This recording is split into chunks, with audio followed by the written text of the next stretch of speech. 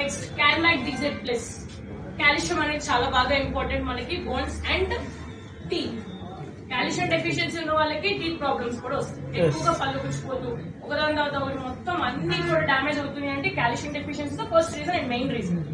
So main గా మనకి calcium అనేది తక్కువగా ఉంటే టీత్ ప్రాబ్లమ్స్ వస్తాయి అండ్ బోన్స్. కార్టిలేజ్ అనేది తగ్గిపోతుంది అని కాదు, బోన్ లో ఉన్న స్ట్రెంగ్త్ అనేది తగ్గిపోతుంది. బోన్ లో ఉన్న స్ట్రెంగ్త్ అనేది తగ్గిపోతుంది. అండ్ ఇంకొంతమంది ఏంటంటే ఇంకా నేను చెప్పాను కదా, మిల్క్ తీసుకుంటారు బట్ వాళ్ళకి పడదు, వాళ్ళ లాక్టోజ్ ఇంటాలరెన్స్ అంటారు.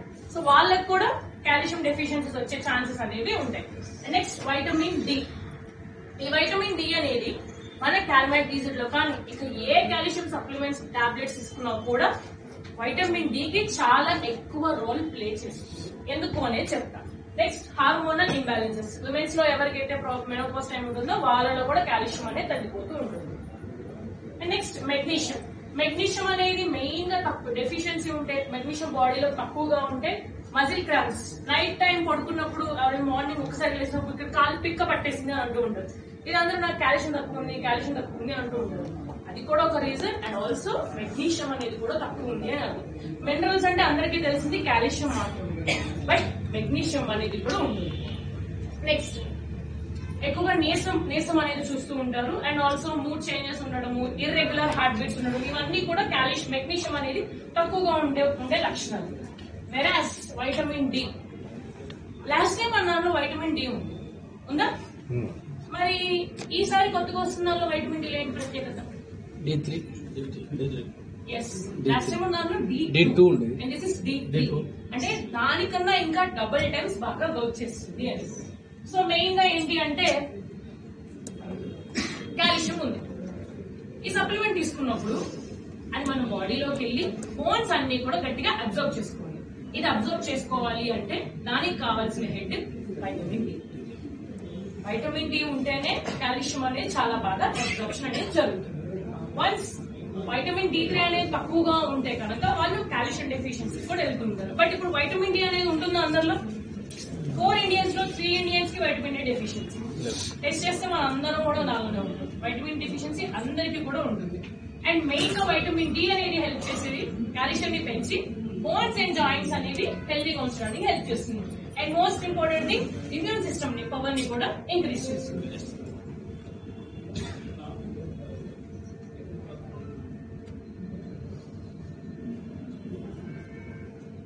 నెక్స్ట్ జింక్ కూడా మనకి కాల్షియం అనేది బాగా అబ్జార్ప్షన్ జరగాలి అన్నా, మెగ్నీషియం అనేది బాగా అబ్జార్ప్షన్ జరగాలి అన్నా, బోన్ ఏదైతే వీక్ గా ఉందో అంటే total skeletal system, total skeletal growth అంతా బాగుండడానికి మనకి జింక్ అనేది కూడా అవసరం.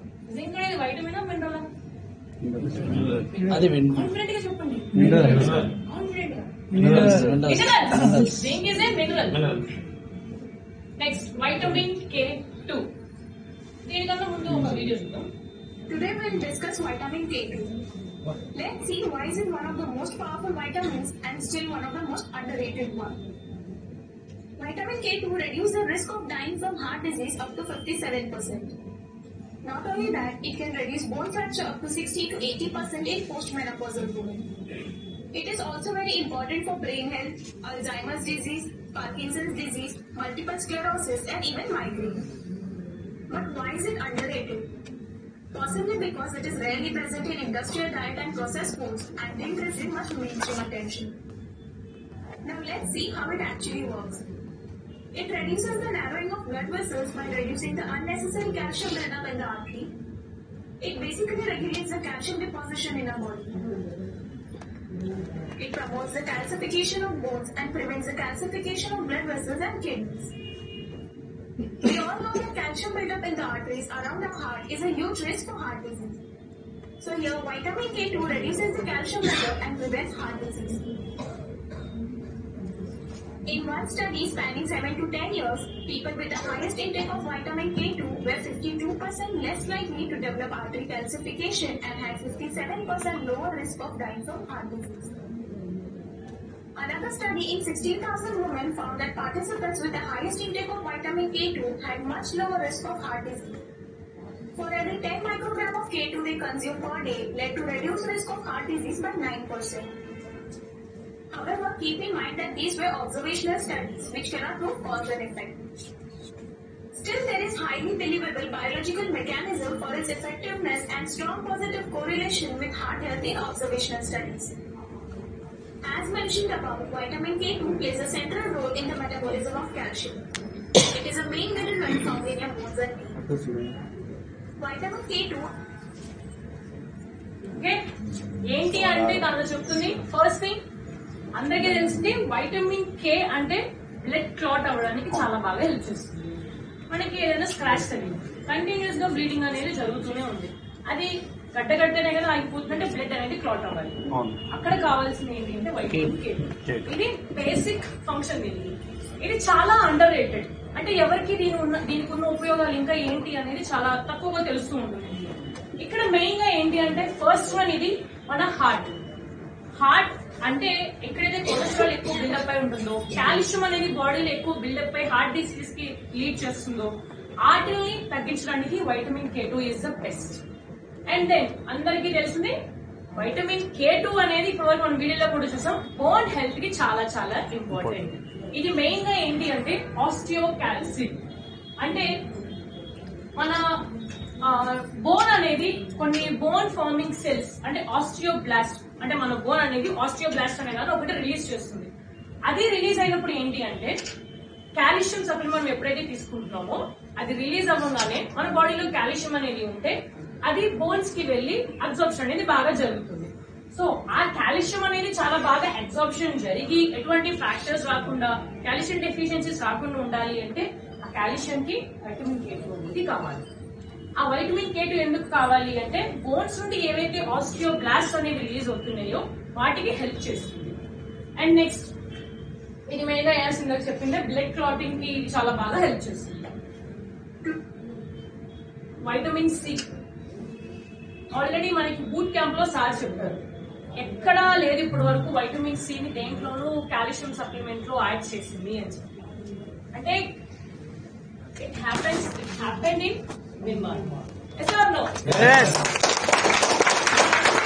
వైటమిన్ సి అనేది చాలా బాగా హెల్ప్ చేస్తుంది. ఎలా అంటే ఫస్ట్ వన్, ఇమ్యూన్ సిస్టమ్ ని పెంచుతుంది, అబ్జార్ప్షన్ ని కూడా పెంచుతుంది. అంటే నువ్వు ఏ ఫుడ్ అయినా తీసుకో, ఏ సప్లిమెంట్ అయినా తీసుకో, దానిలో నీకు వైటమిన్ సి ఉంటే దాని పనితనం అనేది 2 నిమిషాలు పెరుగుతుంది. మనలో కాల్షియం ఉంది, మెగ్నీషియం ఉంది, జింక్, వైటమిన్ K2 అన్ని ఉన్నాయి. అయినా ఎందుకు వైటమిన్ సి యాడ్ చేసాము అంటే దాని పనితనం ఇంకా 2 నిమిషాలు పెరగడానికి, అంటే ఇంకా తొందరగా రిజల్ట్స్ అనేవి వస్తాయి. ఇప్పుడు ఇది మనం ఎప్పుడూ చెప్పుకుంటూనే ఉంటాము, ఇంకొన్ని ఇయర్స్ లో ఇంకా రాబోతున్న ఎక్కడైనా సరే ఆర్థో కేర్ కి విచ్ కంపెనీస్ బెస్ట్ సప్లిమెంట్స్ ని ప్రొవైడ్ చేస్తుంది అంటే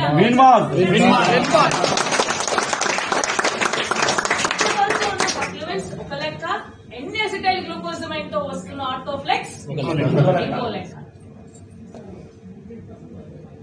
ఇక్కడ చూసుకుంటే వైటమిన్ D3 అనేది కాల్షియం అబ్జార్ప్షన్ జరగడానికి కావాలి.